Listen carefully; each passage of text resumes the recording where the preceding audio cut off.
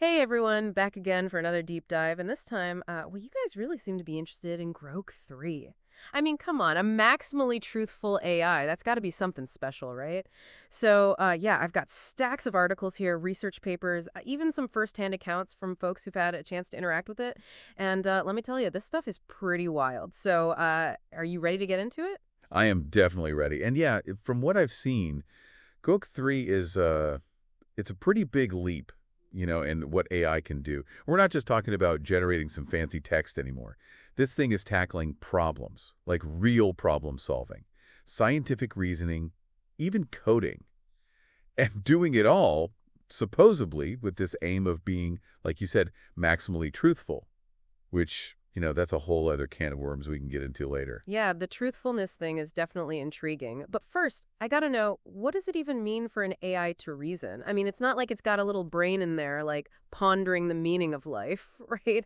Well, not exactly. Think of it more like this. Grok 3 is learning to approach problems in a way that's like more structured, more logical than previous AIs. It can look at information from a bunch of different places, connect the dots, and even, this is cool, it can spot inconsistencies, and then try to work those out. So it's not just recognizing patterns. It's more about like understanding the relationships between things. Okay, so instead of just like spitting out a fact it found on, I don't know, Wikipedia or something, it's actually trying to figure out why that fact matters, how it connects to other facts, and what you can conclude from it. Yeah, exactly. It's like we're teaching computers to think critically, to weigh evidence, and to, build an argument. Pretty big step from where we were just a few years ago with those other, language models. Okay, so how does it actually do that? What's the magic, the secret ingredient that makes Grok 3 tick? Well, for one thing, the sheer power involved. They built this insane supercomputer called Colossus, packed with over 200,000 GPUs. To give you some context, that's 10 times more powerful than what they used for Grok 2. Wow. Okay, so raw processing power, check. But that alone doesn't make something intelligent, right? So how does Grok 3 actually turn all those GPUs into like actual reasoning ability? Right, so that's where things get really interesting, and that's where deep search comes in. Think of it kind of like a next-level Google search, but it goes way beyond just matching keywords. Okay, I'm listening. What makes deep search so different? So imagine you're researching something complex, right? Like, I don't know, the impact of quantum computing on cybersecurity or something like that. A regular search engine would just give you a list of links, websites that mention those words. But deep search with Grok 3, it can actually go into those sources, like really analyze what's being said and pull out the key insights, the main arguments. It can even compare information from different sources, a spot if they contradict each other, and then try to reason through that.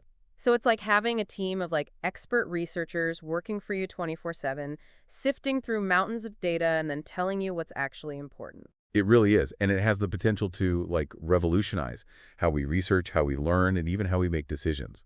Imagine a world where you can get a totally accurate, unbiased analysis of any topic, instantly, right there at your fingertips. That's what Grok 3 is starting to make possible. That's pretty mind-blowing. But you mentioned something earlier about maximal truthfulness. How does that fit into all of this? Ah, yes, that's a core part of Grok 3's design. It's not just about finding information. It's about finding the truth. And that means being able to, filter out all the noise, the misinformation, and then critically evaluate the good sources to give you a balanced, accurate view. Okay, but here's the thing. What one person considers truthful might be completely different from what someone else believes. So how can an AI navigate that? How can it deal with that kind of subjectivity? That's a great question, and it's definitely something researchers are still, figuring out.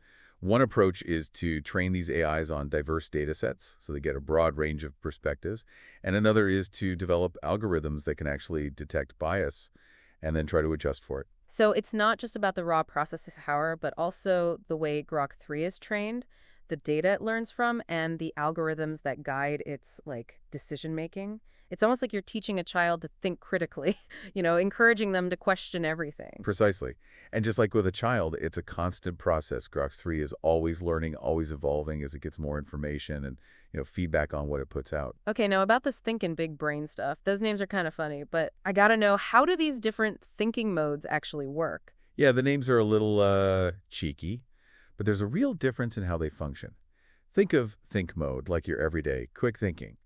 Good for those simple questions, tasks where you need a fast response, or when you just need a straightforward answer. So think is for like, what's the capital of France, or how many ounces are in a cup? Got it. But what about when you need more than just a quick answer? Exactly. That's when you switch to big brain mode. And this is where Grok 3 really flexes its muscles. Full computational power unleashed. This mode is for the complex problems, the ones that need deep analysis, creative problem solving, or when accuracy is super important. It might take a bit longer, but the results can be pretty mind-blowing. You know, I read somewhere that Grok 3 actually solved some super complicated math problems in big brain mode problems that even stumped some of those other fancy AIs out there like GPT-4. It's crazy to think that kind of power is like accessible now. Yeah, it's definitely impressive. Opens up all sorts of possibilities for science, for tech, even for like artistic expression. Who knows what's next? So it's like having two brains in one, a quick thinker for everyday stuff and then a super brain for the really tough challenges. Sounds like something out of science fiction. It does feel like science fiction is becoming reality these days.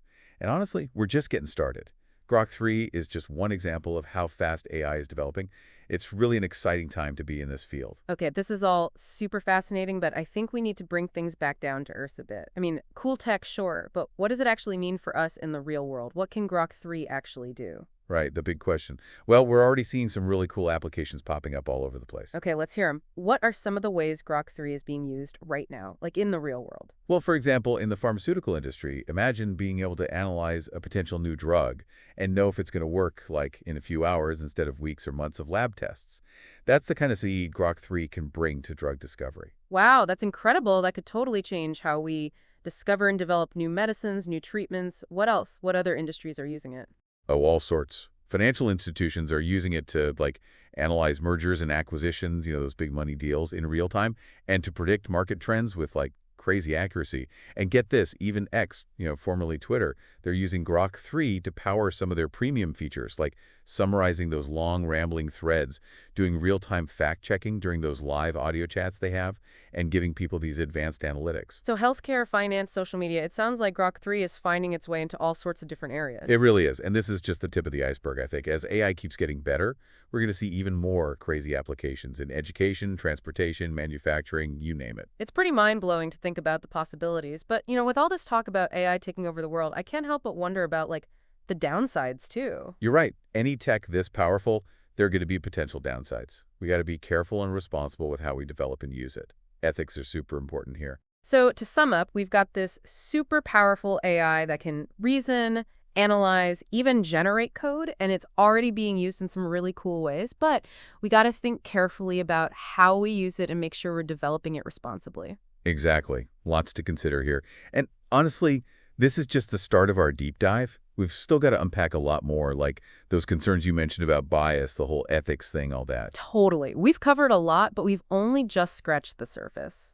Going through all this stuff, it's kind of hitting me that Grok 3 isn't just another fancy tool. It's like it's making us rethink how we see technology, how we're basically handing over some of our, like, hardest thinking to machines. Yeah, no kidding.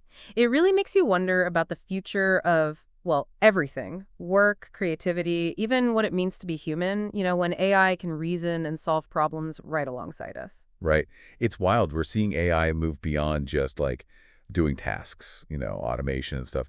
It's getting into areas that we always thought were, like, purely human territory.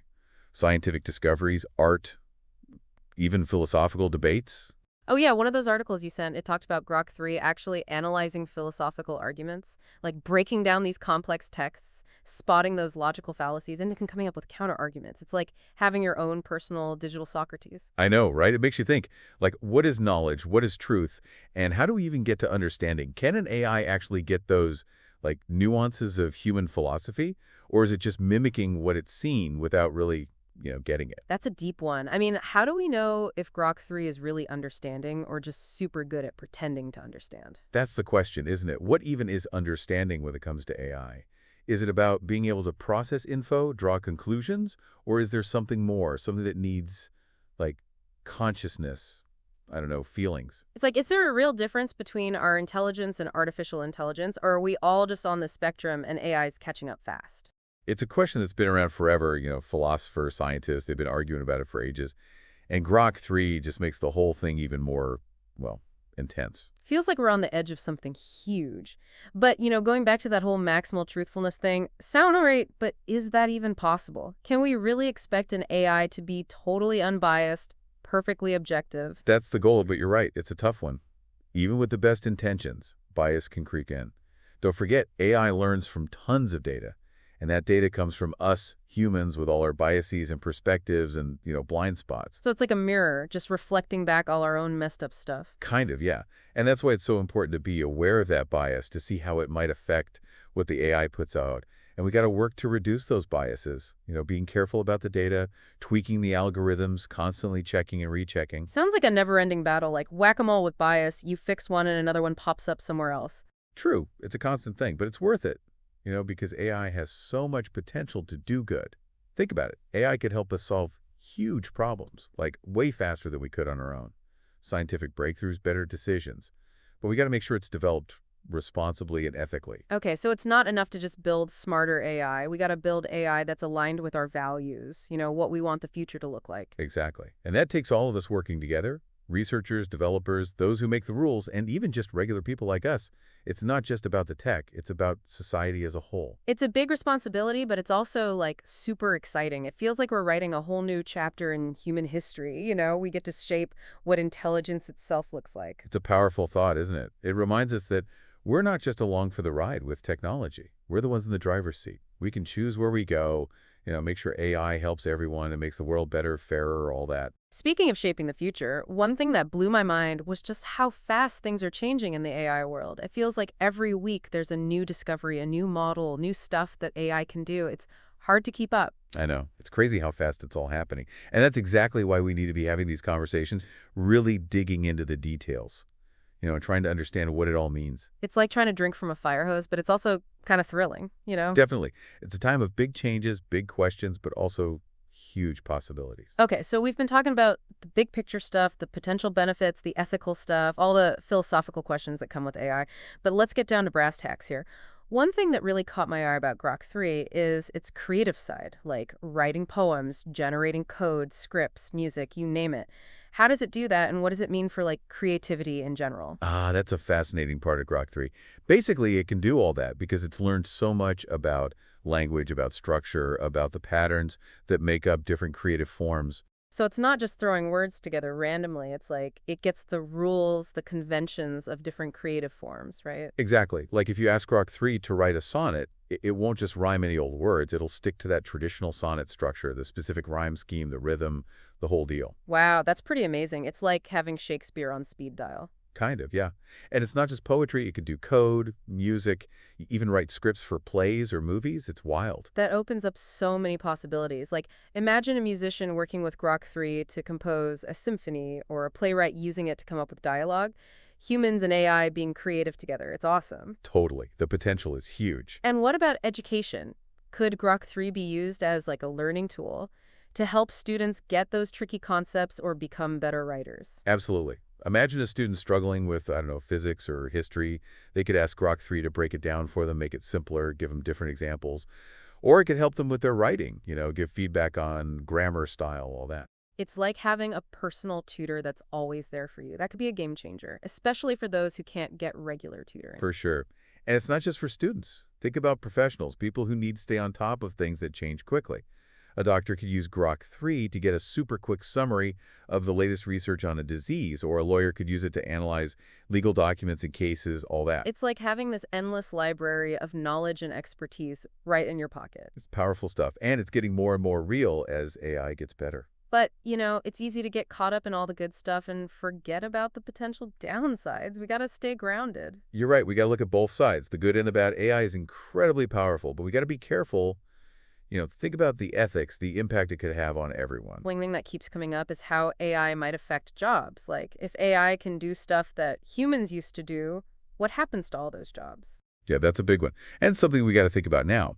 It's likely that AI will, automate some jobs away, but it'll also probably create new ones, jobs we haven't even thought of yet. So it's not really about AI taking jobs, but more about jobs changing, right? We'll need new skills, new ways of working. Exactly. The key is to focus on education, on training programs that help people get the skills they'll need in this new world with AI everywhere. So it's not just about the tech itself. It's about how we adapt as people, as a society, right? We got to make sure AI is helping us, not replacing us. Exactly. It's a mindset shift.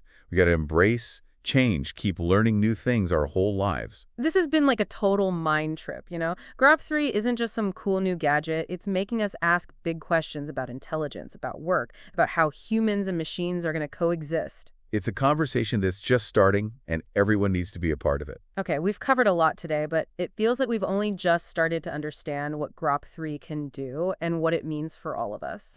True, there's so much more to uncover. We haven't even talked about how AI could be used in healthcare, fighting climate change, space exploration, so many possibilities. It's amazing to think about.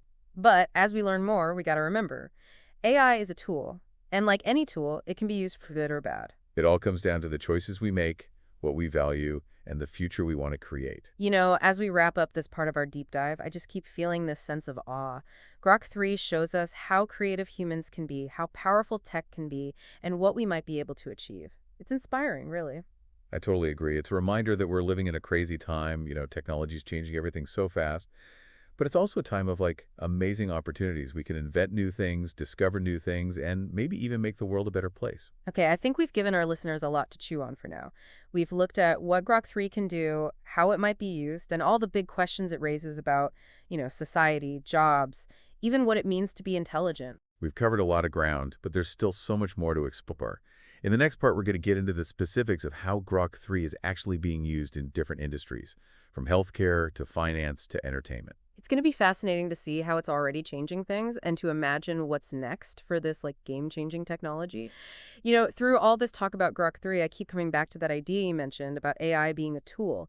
It's so easy to get caught up in all the cool stuff Grok can do and forget that we're the ones who get to decide how to use it. It's true. We have a lot of power when it comes to shaping the future of AI. A lot of responsibility, too. We've been talking about healthcare, finance, education. But it goes even deeper than that, doesn't it? For sure. It's not just about specific industries. It's about how we learn, how we create, how we solve problems. Heck, maybe even how we define intelligence itself. It's a lot to think about, which is why it's so important to have these conversations now. While AI is still relatively new, we need to be thinking critically, talking about the ethics, the potential biases, and, how this is all going to impact society as a whole. It's like we're at this crossroads. One path leads to a future where AI helps us do amazing things, solve big problems, maybe even create a more fair and just world. But the other path, well, that one's a bit more uncertain. Yeah, there's that risk that AI could make things worse, widen the gap between the haves and have-nots, mess with our privacy, or even be used for bad things if it falls into the wrong hands.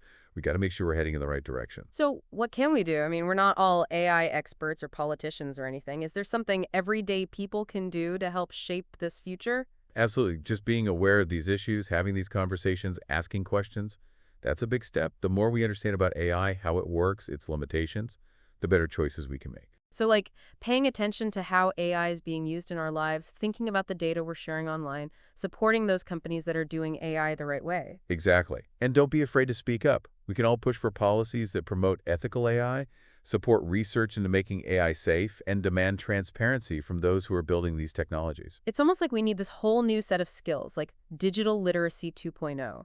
Not just how to use AI, but how to understand it, how it affects us, and how we can be a part of shaping it for good. Couldn't have said it better myself. We're all learning here, but that's the key, right? Learning and growing together. Man, this whole deep dive into Grok 3 has been a wild ride. So many questions, excitement, a bit of nervousness too, I'll admit. But mostly, I just feel this sense of wow, anything is possible. I know what you mean. It's incredible to see what humans can create, how powerful technology can be, and all the potential that's out there. It's really just the beginning. That's what's so exciting, right? We're witnessing the birth of a new kind of intelligence, and we get to be a part of it. So as we wrap up this deep dive, I hope everyone listening is feeling curious, wants to learn more, and is ready to join this ongoing conversation about AI and how it's going to change the world. And hey, maybe even a little bit of awe at what we've accomplished and what we might be able to do next. Well said. Thanks for joining us today. And remember, the future of AI is in our hands. Let's make it a good one.